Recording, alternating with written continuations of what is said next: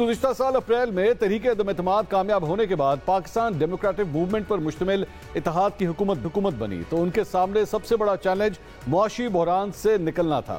مفتاح اسماعیل کے 6 ماہ کے لیے وزیر خزانہ کا عہدہ انہوں نے سنبھالا۔ انہوں نے خاصے سخت معاشی فیصلے بھی کیے۔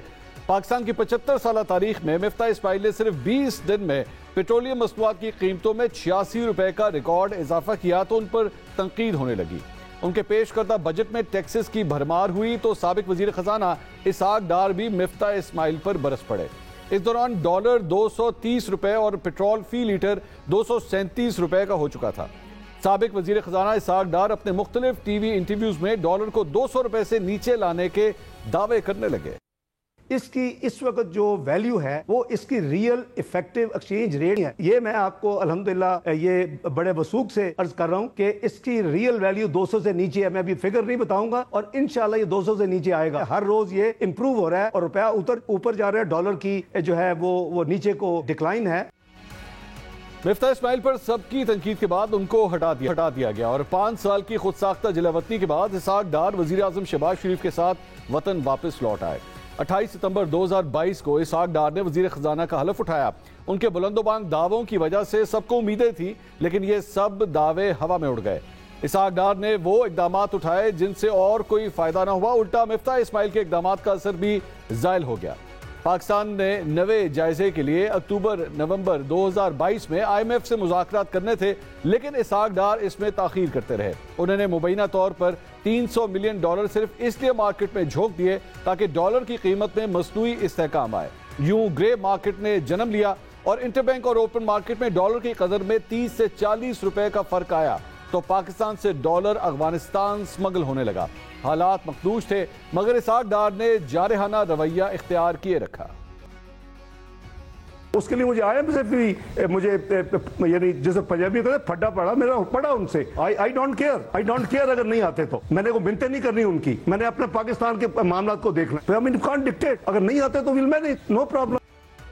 اسحاق ڈار سے جب پوچھا گیا کہ آپ ان حالات میں IMF سے معاہدہ کیسے کریں گے تو ان کا کہنا تھا کہ میں 25 سال سے IMF سے ڈیل کر رہا ہوں، مجھے معلوم ہے ان سے کیسے بات کرنی ہے۔ میں پرانا ڈیل کرنے والا ہوں، 25 سال ہو گئے ہیں اسی IMF سے ڈیل کرتے ہوئے۔ میں ایک واحد عاجز شخص ہوں جس نے پاکستان میں IMF کا پروگرام مکمل کیا۔ انشاءاللہ کچھ نہیں ہوگا، مجھے IMF سے ڈیل کرنا آتا ہے۔ ناظرین، رواں سال 27 جنوری کو ڈالر کی قیمت 262 روپے ہوئی تو گرین لائن ٹرین کے افتتاح کے موقع پر وزیر خزانہ اسحاق ڈار نے بھی مذہبی کارڈ کھیل دیا۔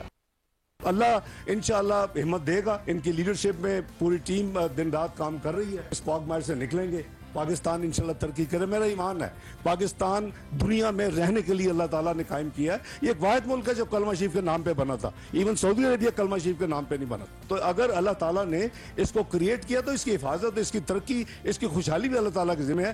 ہم لوگوں کی ایز اے نیشن وہ نیت اور ہارڈ ورک درکار ہے۔ وزارت خزانہ کی جانب سے تاخیری حربوں کے بعد 29 جنوری سے 9 فروری تک نوے جائزے کے لیے پاکستان اور IMF کے درمیان سٹاف لیول کے مذاکرات ہوئے لیکن یہ نتیجہ خیز ثابت نہ ہو سکے۔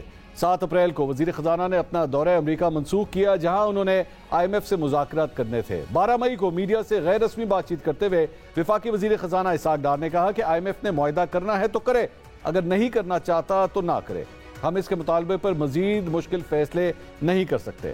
اسحاق ڈار کے اس بیان کے بعد ملک کے وزیر اعظم شہباز شریف IMF کی MD سے فون پر 4 بار رابطہ کر چکے۔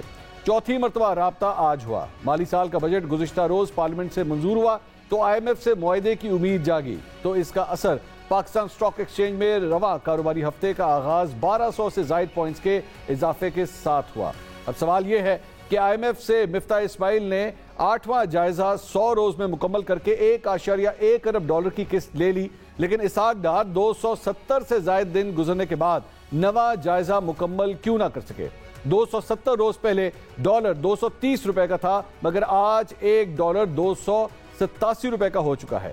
270 روز گزرنے کے بعد شرح سود بڑھ کر 22% سے زیادہ ہو چکی جبکہ مہنگائی کی شرح 38% سے زائد ہے، یعنی پاکستان وہاں کھڑا ہے جہاں مفتاح اسماعیل اسے چھوڑ کر گئے تھے۔ ان حقائق کی روشنی میں ہم 4 سوال پوچھتے ہیں۔ سوال نمبر 1، اگر IMF کی شرائط ماننا ہی تھی تو معیشت کو اتنا عرصہ بحران سے کیوں دوچار رکھا؟ سوال نمبر 2، معاشی غیر یقینی صورتحال کی وجہ سے اربوں ڈالر بیرون ملک اسمگل ہونے اور روپے نے تاریخی مار کھائی، کیا اس کی ذمہ داری اسحاق ڈار لیں گے؟ سوال نمبر 3، کیا معیشت تند و تیز بیانات اور صحافیوں کے سوالات پر سیخ پا ہو کر چلائی جا سکتی ہے؟ سوال نمبر 4، IMF کا حالیہ پروگرام جو 30 جون کو ختم ہو رہا ہے اس کو مکمل کیے بغیر پاکستان معاشی طور پر مستحکم ہو سکتا ہے؟ ان تمام سوالوں کے جوابات ڈھونڈنے کی کوشش کریں۔ ساتھ معاشی تجزیہ کار فاروق سلیم صاحب اس وقت ہمارے ساتھ موجود ہیں۔ فاروق صاحب بہت بہت شکریہ، آپ نے ہمیں جوائن کیا۔ سب سے پہلے آپ سے پوچھنا چاہوں گا کہ IMF کے حوالے سے کہا جا رہا ہے کہ تمام شرائط اب مکمل کر لی گئی ہیں اور اب کسی وقت بھی جو ہے خوشخبری کا لفظ استعمال کیا جا رہا ہے، یہ آ سکتی ہے۔ اگر ایسا ہی سب کچھ تھا، IMF کی تمام شرائط ماننی ہی تھی، تو اتنی دیر کیوں لگائی؟ معیشت کو جتنا نقصان ہوا اس کی کیا وجہ تھی؟ کیا پاکستان نے IMF کے پیکج کا حصہ بننا ہے یا نہیں بننا، یہ ہونا تو ایک معاشی فیصلہ چاہیے، لیکن بدقسمتی کی بات یہ ہے کہ چاہے یہ گورنمنٹ ہو یا اس سے پہلی والی گورنمنٹ ہو، ہمارے جو معاشی فیصلے ہیں وہ سیاسی بنیادوں پہ کیے جاتے ہیں۔ معاشی طور پہ تو بڑا واضح ہے کہ جولائی سے دسمبر تک کی جو بیرونی ادائیگیاں ہیں وہ لگ بھگ 10 ارب ڈالر کی ہیں، جس میں سے کہا یہ جا رہا ہے کہ 5 ارب ڈالر رول اوور میں چلا جائے گا۔ باقی 5 ارب ڈالر کی ادائیگیاں کرنی ہیں اور اسٹیٹ بینک ہمیں بتا رہا ہے کہ اس کے پاس ذخائر جو ہیں وہ 3.5 بلین ڈالر کے پڑے ہیں۔ تو معاشی فیصلہ تو یہ ہے کہ IMF کا اس وقت کوئی بھی متبادل نہیں ہے، 1 سال پہلے بھی کوئی متبادل نہیں تھا، اور جو فیصلہ آج کرنے چلے ہیں اگر یہ فیصلہ 1 سال پہلے کر لیا ہوتا تو پاکستان کی معیشت کو اور پاکستان میں رہنے والوں کو جو بوجھ اٹھانے پڑے ہیں، جو مہنگائی دیکھنی پڑی ہے، جو مہنگائی برداشت کرنی پڑی ہے، شاید اس سے کچھ بچت ہو جاتی۔ تو فیصلہ جو ہے اس وقت وہ سیاست کی بنیاد پہ کیا جا رہا ہے کہ اگر فیصلہ لیا جائے گا تو ووٹرز کیا کہیں گے، اگر فیصلہ لیا جائے گا تو الیکشن ایئر ہے، اس میں ہمارا سیاسی مستقبل کیا ہوگا۔ تو بدقسمتی کی بات یہ ہے کہ ہمارے معاشی فیصلے جو ہیں وہ سیاسی بنیاد پہ کیے جاتے ہیں۔ بہت بہت شکریہ فاروق سلیم صاحب آپ کا۔ معاشی تجزیہ کار فاروق سلیم ہمیں تفصیلات سے آگاہ کر رہے تھے۔ سیاسی فیصلہ ہے، معاشی فیصلے کے بجائے یہ سیاسی فیصلہ ہے، جس کی وجہ سے اب IMF کی تمام شرائط جو ہے مکمل کر لی گئی ہیں۔